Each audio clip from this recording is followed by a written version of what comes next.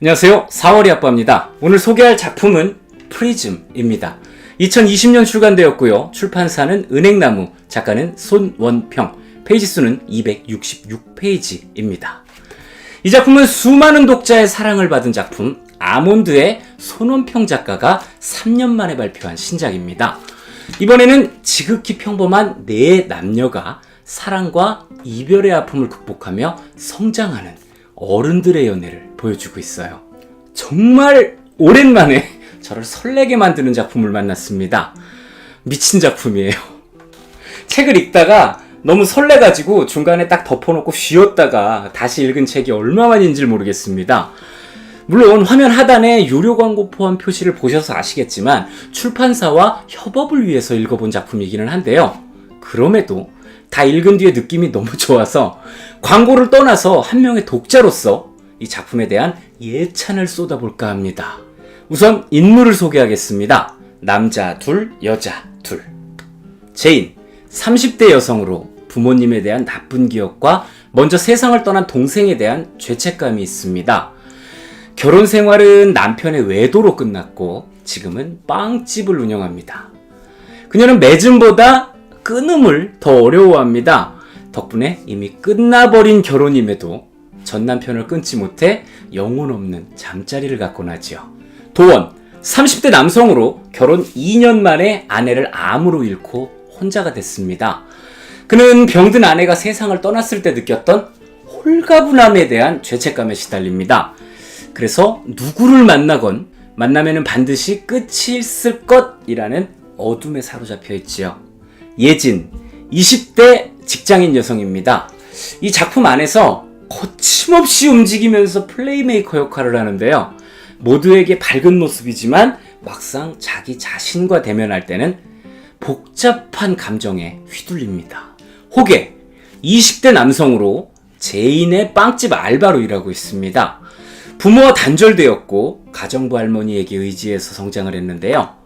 세상으로 들어가길 거부하며 혼자만의 삶을 꾸려가는 사람. 타인에게 신뢰를 주지 않고 관심을 거부하는 진정한 아싸예요. 이야기는 도원과 예진의 만남으로 시작합니다. 도원은 점심시간이면 세상과 인파의 번잡함을 피해서 근처 건물 1층에 텅 빈 공간으로 향합니다. 바로 그 혼자만의 시간을 보내기 딱 좋은 곳에서 예진을 만났어요. 곧이어 두 사람은 간단한 대화를 주고받는 사이로 발전했습니다. 근데 깊은 이야기는 없어요. 그렇다고 냉랭한 분위기도 아니에요. 딱 적당한 거리. 도원은 예진과의 이런 아무런 감정 없는 만남이 좋습니다. 하지만 예진은 달랐어요. 도원을 짝사랑하기 시작했죠. 두 사람이 만나는 공간에서 멀지 않은 곳에는 이스트 플라워 베이커리라는 빵집이 있습니다. 그곳엔 주인 제인과 알바 호계가 있습니다. 호계는 무뚝뚝하고 무표정합니다. 속을 알 수 없는 스타일 때문에 처음에는 두 사람 사이에 어색함이 흘렀지만 차츰 대화가 늘어났어요. 마침내 제인이 전 남편과의 관계를 살짝 돌려서 남의 얘기인 듯 털어놓기에 이르렀죠. 도원을 짝사랑하는 예진은 불면증을 이기고 싶은 사람들의 모임에 참석을 했다가 빵집 알바 호계를 만났습니다. 싱겁게 지나친 첫 만남 이후에 잃어버린 예진의 다이어리를 호계가 찾아준 것을 계기로 자연스럽게 친구가 됐어요. 호계는 그동안 세상과 사람을 거부해왔지만 이번에는 달랐습니다. 자신도 모르게 예진을 마음에 담기 시작했죠. 이렇게 남사친, 여사친, 짝사랑이라는 쾌상한 구도로 형성이 된 4명이 우연한 계기로 한자리에 모이게 됩니다. 자, 지금 예진은 도원을 향하고 있고 호계는 예진을 향하고 있는 상황이죠. 그런데 여기에 생각지도 않은 인연이 추가가 되었으니 바로 빵집 주인 제인과 예진의 짝사랑 도원입니다. 알고 보니 두 사람은 오래전 가까웠던 사이였고요. 연인이 될 뻔했던 두 사람은 진한 키스만 나눈 채 각자의 길을 갔고 그 후로 오랜 시간이 흘러 지금 우연히 재회한 겁니다. 이날 넷의 만남은 모든 것을 바꾸기 시작을 하는데요. 과연 이들의 사랑의 짝대기는 어디로 향하게 될까요? 과거와 현실로부터 도망쳐 살아가던 이들은 서로에게 어떤 빛을 보내고 또 어떤 빛을 발산하게 될까요? 남아있는 계절을 지나 또다시 여름이 올 때까지의 이야기는 책을 통해서 확인해보세요. 이 작품은 연애소설입니다. 그렇지만 일반적이지는 않습니다. 그렇다고 독특하지도 않아요. 그저 너무나도 평범한 사람들의 이야기입니다. 대단한 사건이 벌어지지도 않고 깜짝 놀랄 반전이 있지도 않아요. 지극히 현실적인 재료로 만들어낸 이야기지만 독자는 허구라는 이질감을 느끼지 못합니다. 게다가 현대를 살아가는 우리의 모습이라고 해서 우울하게 끌지도 않고요. 날카로운 풍자가 담겨있지도 않아요. 그런데 저는 왜 이 작품을 미친 작품이라고 한 걸까요? 작가는 연애소설이지만 등장인물들의 연애 성사 여부에만 천착하는 이야기를 쓰고 싶지는 않았다고 합니다. 멀쩡한 사회 구성원 같지만 어딘가 결함이 있고 깊이 알게 되면 오히려 실망하게 될 수도 있는 사람들. 평범하지만 묘사해내기 힘든 사람들의 마음을 담담히 풀어냈다라는 작가의 말이 제가 하고 싶은 이야기를 한 방에 정리해주고 있습니다. 저는 때로는 이런 느린 소설을 읽어볼 필요가 있다고 생각합니다.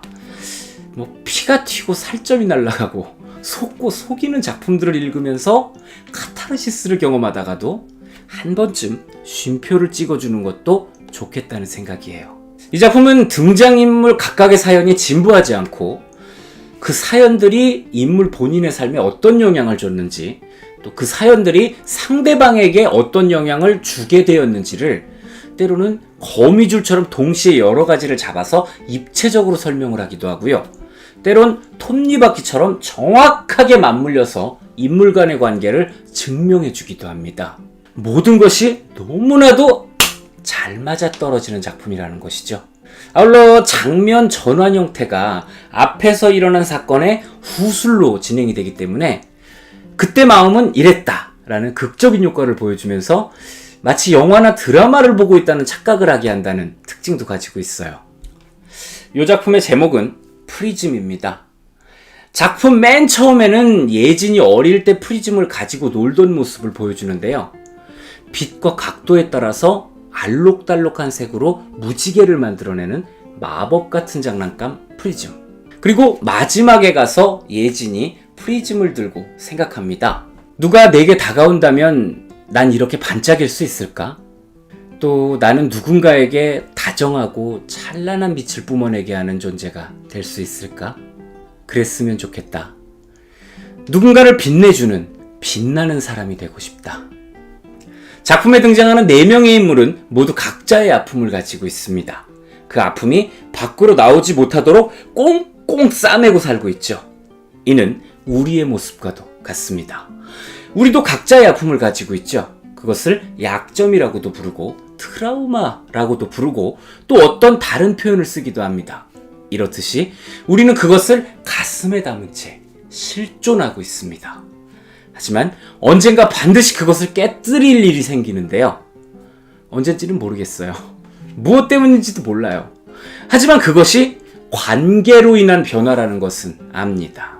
나에게 누군가가 다가왔을 때, 다시 말해서 프리즘에 빛이 들어왔을 때 우리는 어떤 색의 빛을 발산하게 될까요? 반대로 내가 다른 사람의 프리즘에 빛이 될 순간은 언제일까요? 또 그 빛이 반드시 아름답기만 할까요? 무엇이 들어올지, 어떻게 어떤 각도로 들어올지, 반대로 어떻게 들어가야 될지에 대한 것은 아직 정의되지는 않았죠. 그렇기에 저는 이렇게나 난해하고 어려운 실존과 관계라는 것에 대한 통찰을 프리즘이라는 물건에다가 딱 담아가지고 이야기를 만들어낸 작가님께 문학을 사랑하는 한 사람으로서 경의를 표합니다. 네, 여기까지가 오늘의 작품 프리즘의 리뷰였습니다. 시간만 허락한다면 조금 더 떠들고 싶은데요. 영상이 평소보다 좀 길어지고 있는 관계로 참겠습니다. 세상에, 여기 포스트잇 좀 보세요. 조만간 라이브 한번 킬까요? 물론 이 작품이 취향에 맞지 않는 분도 계실 겁니다. 그런 분께서는 늘 다양한 책을 추천하고 있는 사월이 아빠의 개인 취향이 어떤지 알아보신 정도로 만족해 주시기를 부탁드릴게요. 저는 또 다른 작품으로 여러분을 만나러 오겠습니다. 즐겁게 감상하셨다면 구독, 좋아요, 알림 설정까지 꼭 부탁드리겠습니다. 감사합니다.